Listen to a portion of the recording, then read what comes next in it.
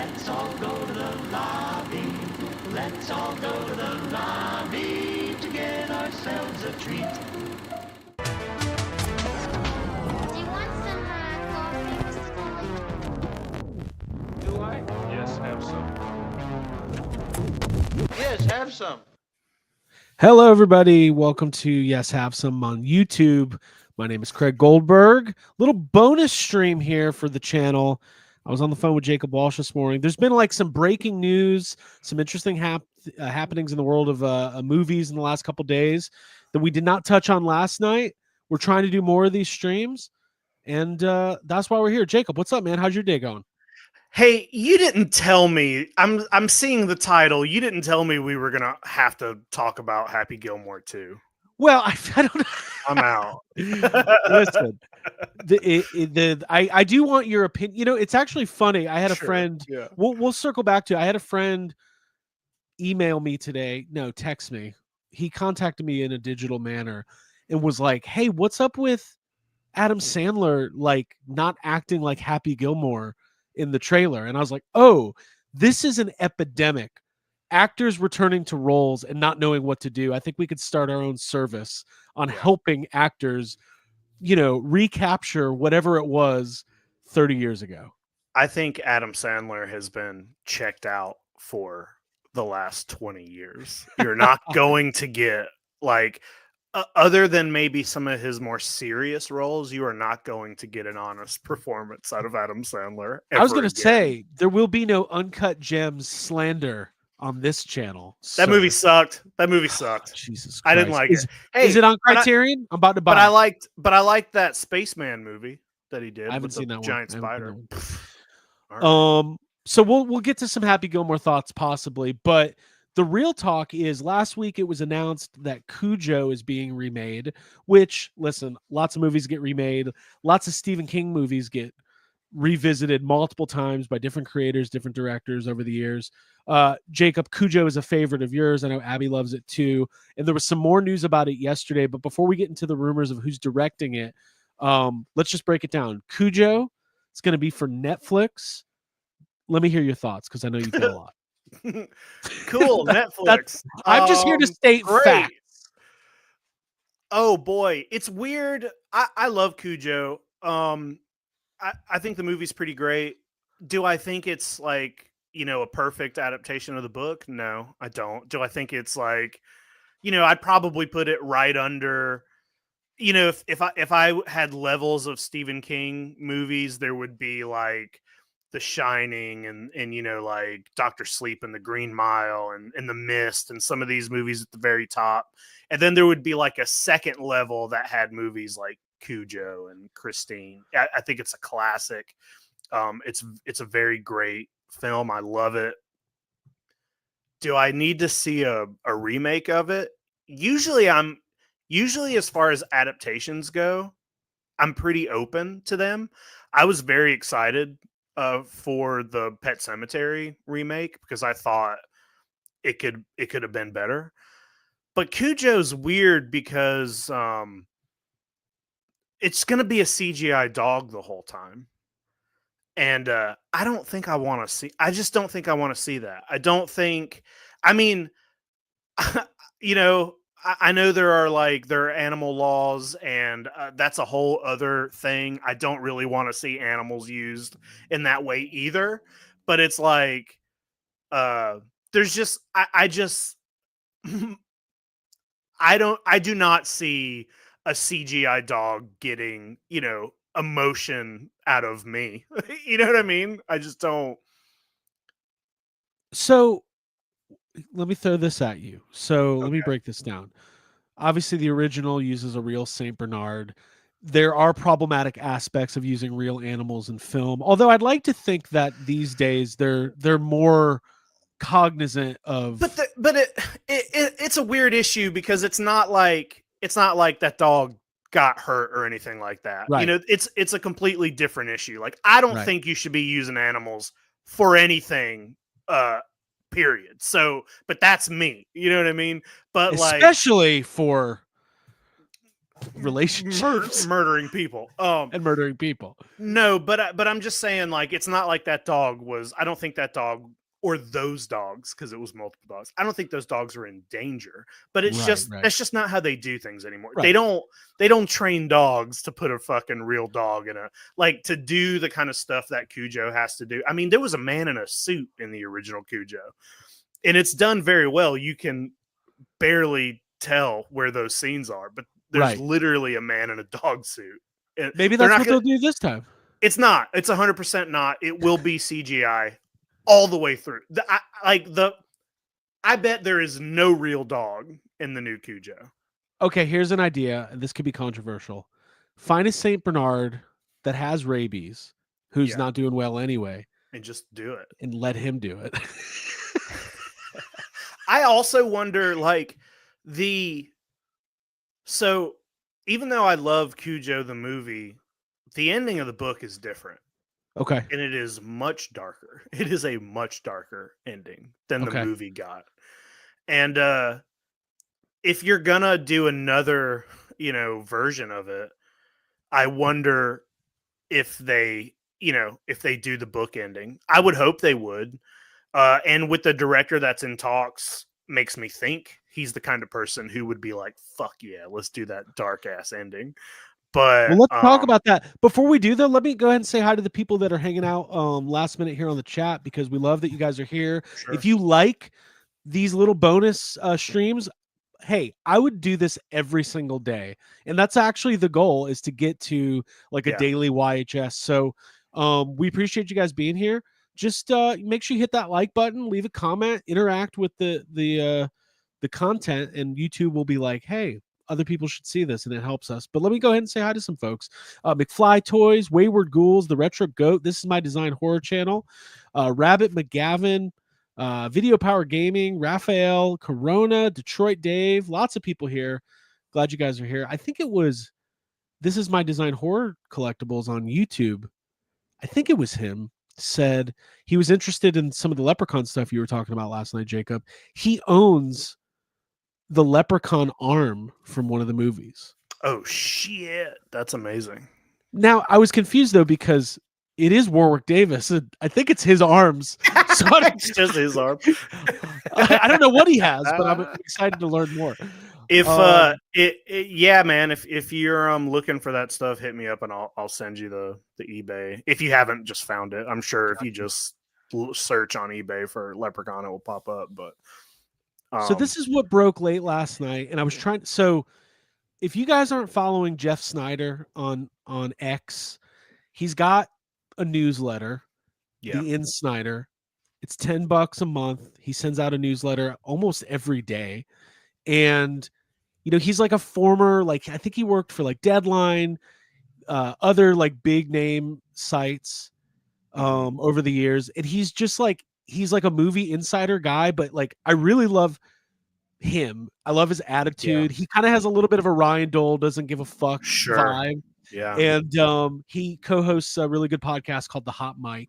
And I get basically over the last couple of years, he's legitimately broke so much news. He's usually right about stuff. He's usually right. His scoops, they're not like clickbait. If he's reporting a scoop, it means he's heard it from a reliable source.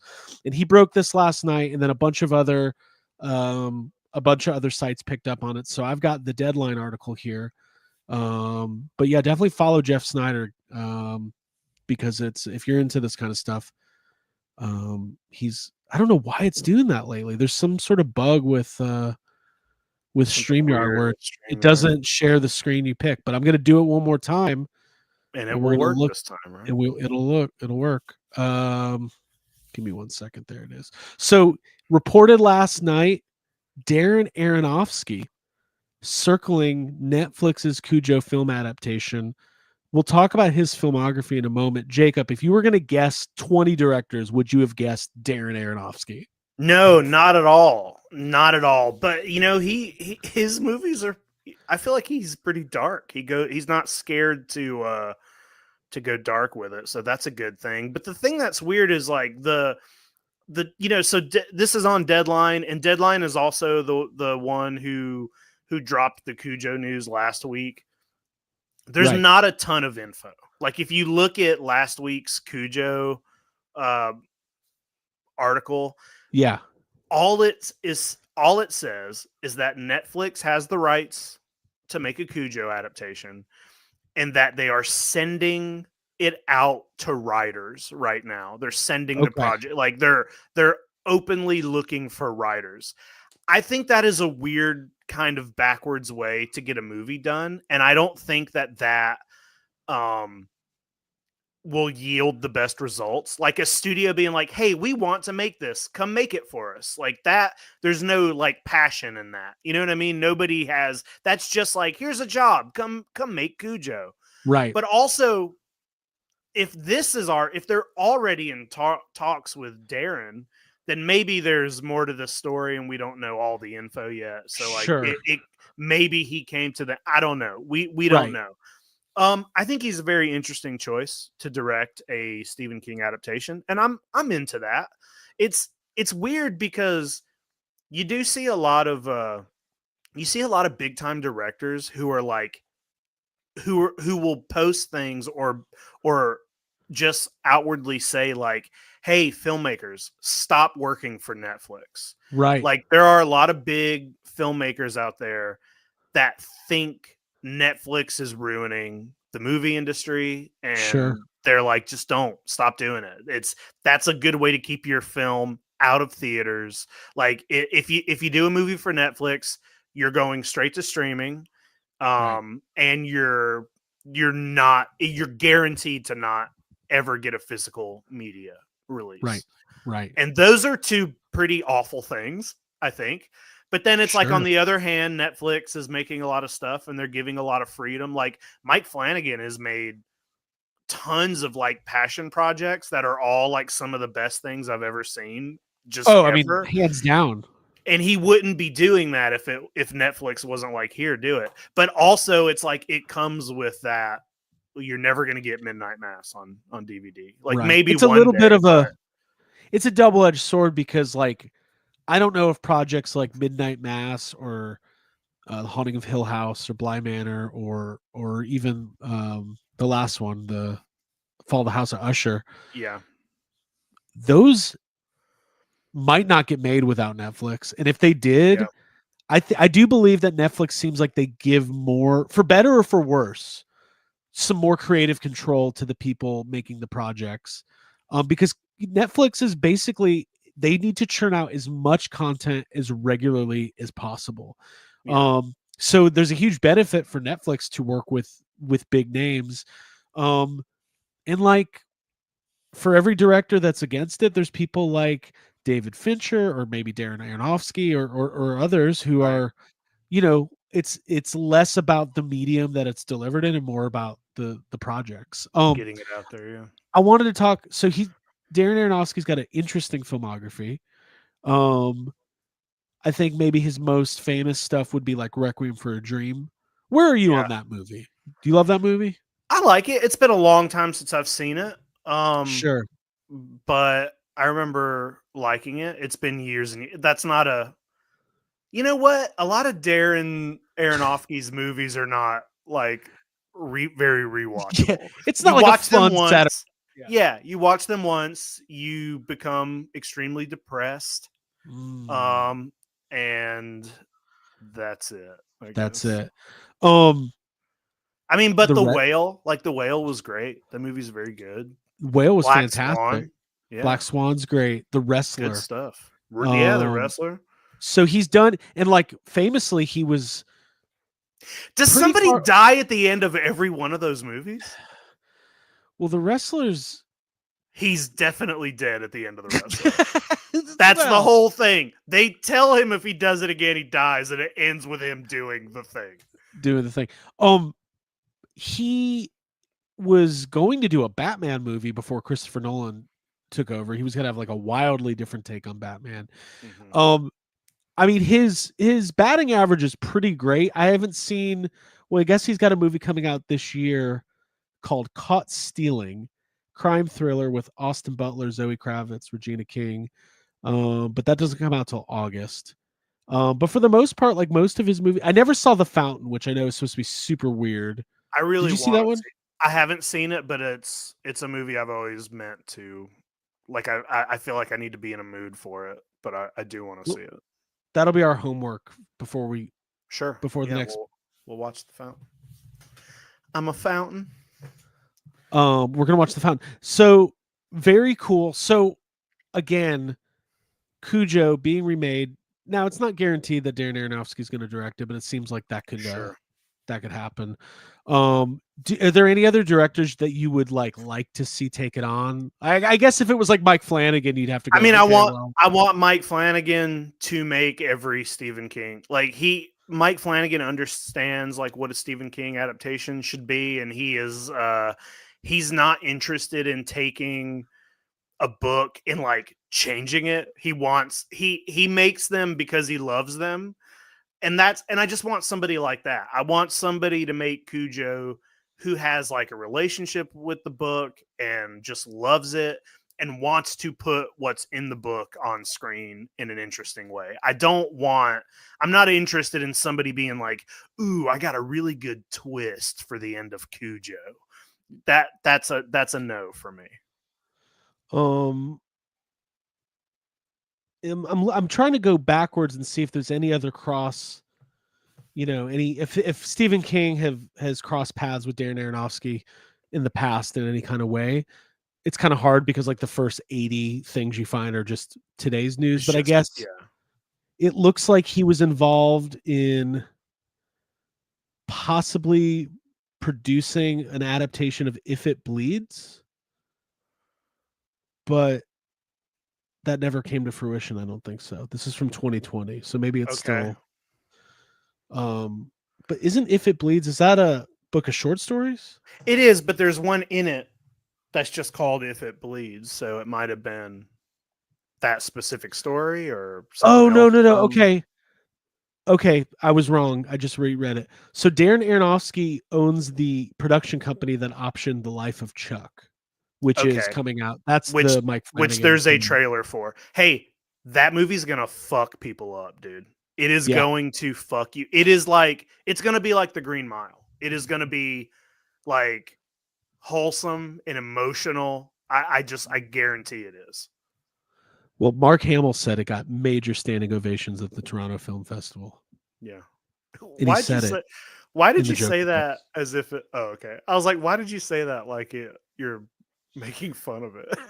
Oh, I'm not. I know you're not, but I was like, but you said that in such a weird tone. I'm excited. I'm really excited about that. I think it could be a surprise. I think that one's going to be maybe on Netflix. I don't know if that's getting a theatrical release. I think it is. I Hmm. think so. I hope so. That's a movie I'd like to see. And we've also not seen a lot of the Mike Flanagan, Stephen King stuff so far has been dark or scary. And Right. this will be different. This is the other Stephen King. The Other Side. He's got a But soft also spot. talking about Netflix movies, like I don't know if this has anything to do with Netflix. I don't know what their contracts are like. I don't know if whenever you get a contract to make a movie for Netflix, if you have to use certain studios or crews or what. I do not know.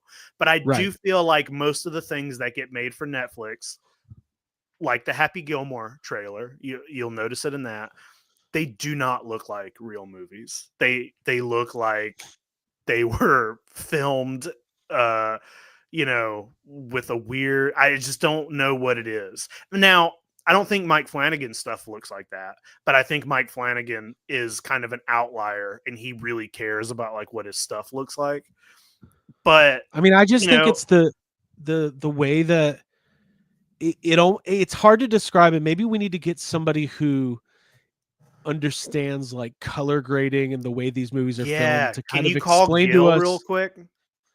Can we get Gil I'm going to on? ask him, hey Gil, why do Netflix movies look like that? Yes. Will you come back on the show just to talk to us about Netflix? Hey, I bet Troy would actually know. I'm going to ask Troy. Troy's probably a good. Ask Troy, get Troy on here. I'm going to ask Troy Benjamin why Netflix movies look like one step above Days of Our Lives. I don't want to pull it up, but McFly Toys in the chat is talking about that Electric State movie that the Russos Okay. did for Netflix. I watched it last week. It was awful. It's so Does bad. it look like It that is thing so you're talking about? bland. Yeah, it looks pretty bad. Now, a lot of it is computer generated though, because you're dealing with all these like robots and stuff. But yeah, I don't know, dude. I just don't know what it is. It just feels like we're in a weird time for like modern cinema, and there are some, directors out there that are artists and they know what they're doing and they know what they want to be doing. But it also just feels like the scales are tipping and there's just a lot of shit out there. So Which I I'm not guess going it's to. I guess it's always been like that, but It's always been that way, but maybe there's something about when you watch like an old low budget film and it's like grainy film, like it just feels like an Well, actual it's movie still. right. It's like the cameras have gotten so good that movies just don't look good on them anymore. Um, They're so the Happy too Gilmore trailer opens up with a SpongeBob reference, so I knew we were in trouble from right right. there. I don't even really want to talk about this. This movie's going to suck. It just is. And it's not for any one reason. There's a lot of reasons. But Jacob, you watched the trailer this morning. What do you Yeah. think? I thought there wasn't one joke told in the trailer. It's that thing that I was just talking about where it all looks so. It looks like an SNL sketch. You know what I This mean? looks like Like whenever SNL films a movie trailer, it has a very specific look to it. It's this. right. This is what it looks It's like they use the movie trailer filter. This looks like why didn't you tell me our grandfather was a golfer? like. Like Why didn't you tell me my grandfather was a 9-iron? Dude, sick golf reference. Dude, I knew that one. So the whole plot of this movie is Happy Gilmore comes back, and that's really all you need. You don't need much more plot than that. Sure. But these little there's going to be 1,000 cameos. The delivery is really weird. He's like kind of mumbling. And like Adam Sandler, like one of the benefits that should benefit this movie is like he basically looks the same as he did 30 years ago. Right. But I was talking about with Abby this morning, like when he made Happy Gilmore, like you got to remember, like he's part of a generation of comedians that were trying to do something new and different and like going up, it's almost like Harold Ramis and Bill Murray when they were making Stripes, like they were doing something going against the grain a little bit. And like, let's face it, Adam Sandler, he doesn't, whatever that rebellious spirit was, he hasn't had it for a long time. It's a super family friendly, like tween, like comedy style. I mean, it's just like, Adam Sandler, when he's in somebody else's movie and he's acting a part, he's fine. But in his own movies, like fucking Hubie Halloween and Grown Ups, all these dumb fucking movies that he's been doing since, I don't know, like, for a very long time, they're just like these very weird, very safe, unfunny, like let's get a paycheck type movie. Now I will say this is the only part of the trailer that was interesting to me is this because you thought that was Bill Murray for a second.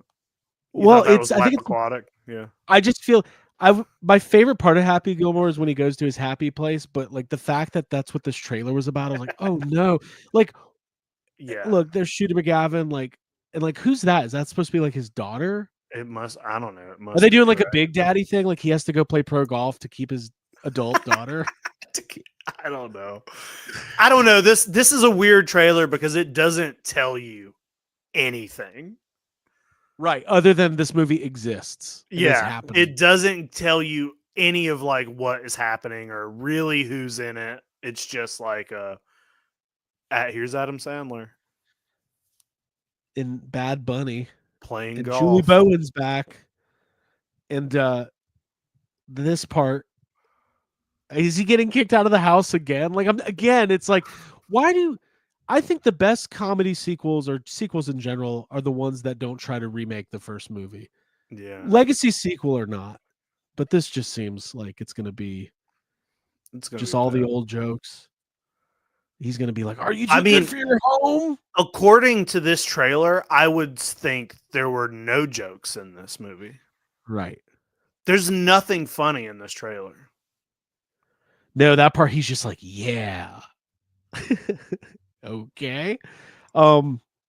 Oh, this part really is annoying. Oh, he put a hole in the wall at the Dave and Buster's. Guys, I wish this was going to be good. It's just not. I can tell you now. I've been doing this long enough. Yeah, I don't even like that we talked about it. I still think a Billy Madison sequel is a better idea. I feel like there's more But you it can do would with that character. Sure, but it would be just as bad. Billy Madison's the better movie, but a sequel, a 2025 Billy Madison 2 would be just as bad as that. This movie's gonna have a cameo every 2 seconds, and that does not make for a good movie. They're gonna do the Bob Barker thing again somehow. You think so? There's a cat behind you. Jonesy. Jonesy. There's I don't think it'll be Bob Barker, but it'll be It will be something he'll fight like that. somebody. Yeah. God damn it. Anyways, what else? Is that it? Are movies? Are they coming back? They're trying. I bought some physical media today. Oh, the Criterion sale. Criterion has a 50% off flash sale for 24 hours only. At the recording of this, I think there's probably 17 hours left or something. If you go to the website, it has like a ticker. Oh my God. What did you buy? Well, I bought the very newly released Godzilla vs. Biollante. It's brand new to the Criterion collection. And for a while, that movie was very hard to find on DVD or anything like that. So I picked that up.